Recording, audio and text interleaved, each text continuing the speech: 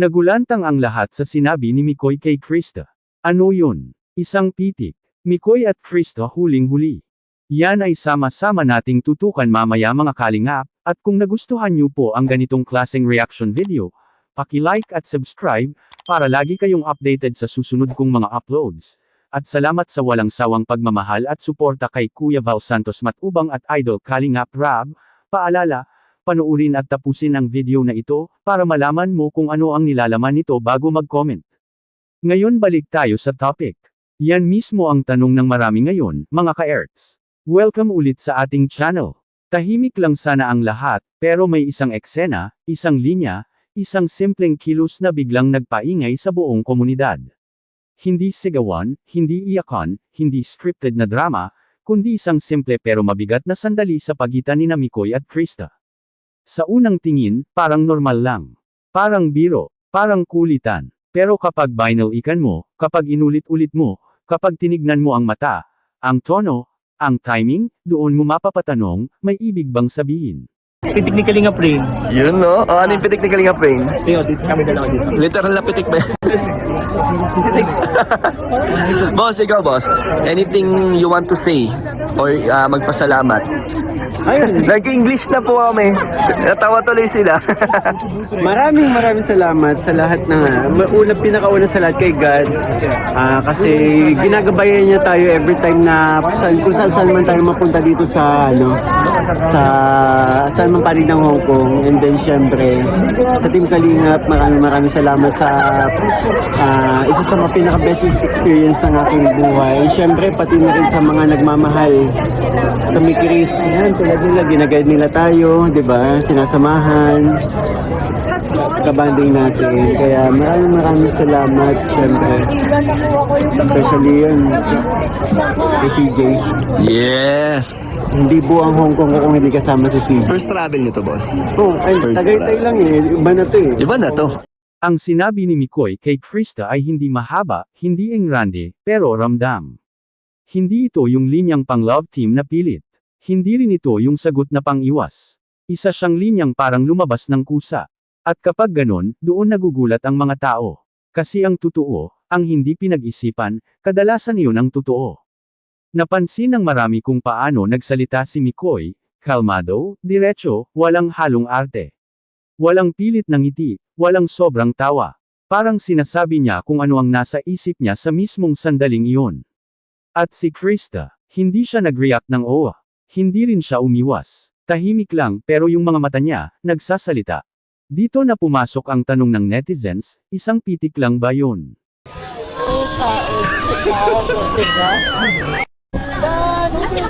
Sige, tingnan natin. Sige dito. Asa sila? Ewan ko. Ewan ko, baka mawala.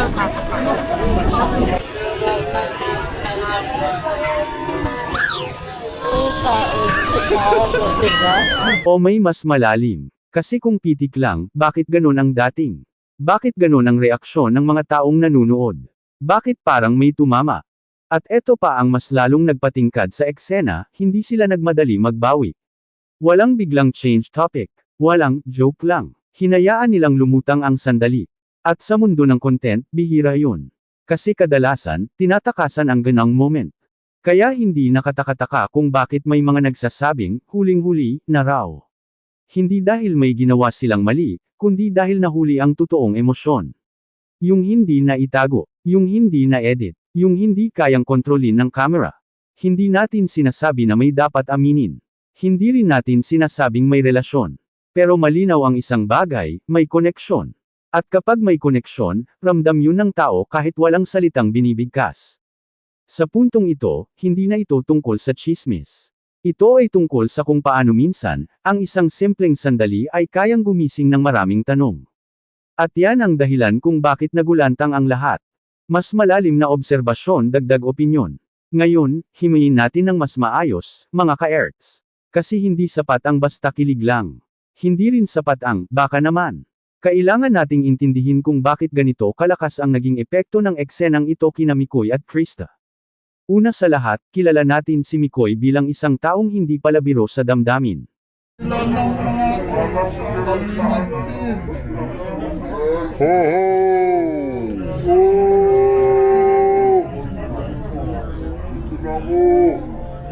Hindi siya yung tipo na basta bibitaw ng salita kung walang pinanggagalingan.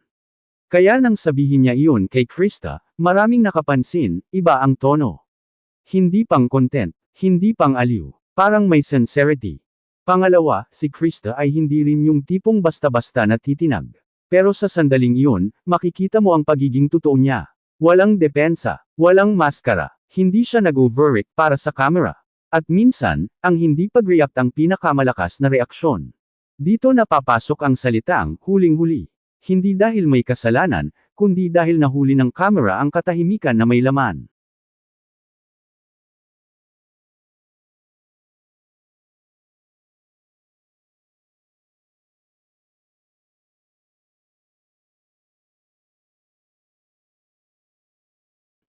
Yung sandaling hindi mo kayang pekain kahit gaano kakagaling umarte. Marami ang nagtatanong, may plano ba ito? May script ba? Pero kung papansinin mo ang daloy, parang wala. Parang natural lang ang lahat. At doon nagiging delikado, kasi kapag natural, mas kapani-paniwala. May mga bashers na pilit minamaliit ang eksena. Sinasabing simpleng pitik lang daw. Pero tanong ko sa inyo, kung pitik lang yun, bakit hanggang ngayon pinag-uusapan pa rin? Bakit may mga taong bumabalik para panoorin ulit? Ang totoo, hindi lahat ng malakas ay maingay. Minsan, ang pinakamabigat ay tahimik. At ito ang eksaktong nangyari. Walang sigawan, walang iyakan, pero ramdam. Hindi natin kailangang pilitin ang kwento. Hindi natin kailangang lagyan ng label. Ang mahalaga, nandoon ang respeto sa parehong panig. Kung anuman ang meron o wala, malinaw na may pag-aalaga sa isa't isa. At sa panahon ngayon, bihira yun. Kaya sa mga nagsasabing, hanggang content lang, oo, pwedeng ganoon. Pero pwedeng hindi rin. At ang maganda dito, hinahayaan nila ang mga tao na makaramdam, hindi magdikta. Sa huli, hindi tayo ang magdedesisyon ng kwento nila. Tayo ay saksi lamang. At bilang saksi, masasabi natin, may mga sandaling hindi mo kailangang ipaliwanag, dahil kusa itong mararamdaman. Anong masasabi nyo dito mga kalingap? Ito ay isang reaction video lamang, kaya pwede po kayong mag-comment sa ating comment section. At lagi ko itong sasabihin sa inyo na, suportahan po natin si Idol Kalingap Rab at Kuya Val, dahil dito kinukuha ang mga gastusin, tulad ng pabahay, allowance sa mga beneficiaries, sahod sa mga kasamahang K-Boys at iba pa, at hanggang dito lang po muna si Kalingap Kuya Earth's latest update ngayong araw mga Kalingap.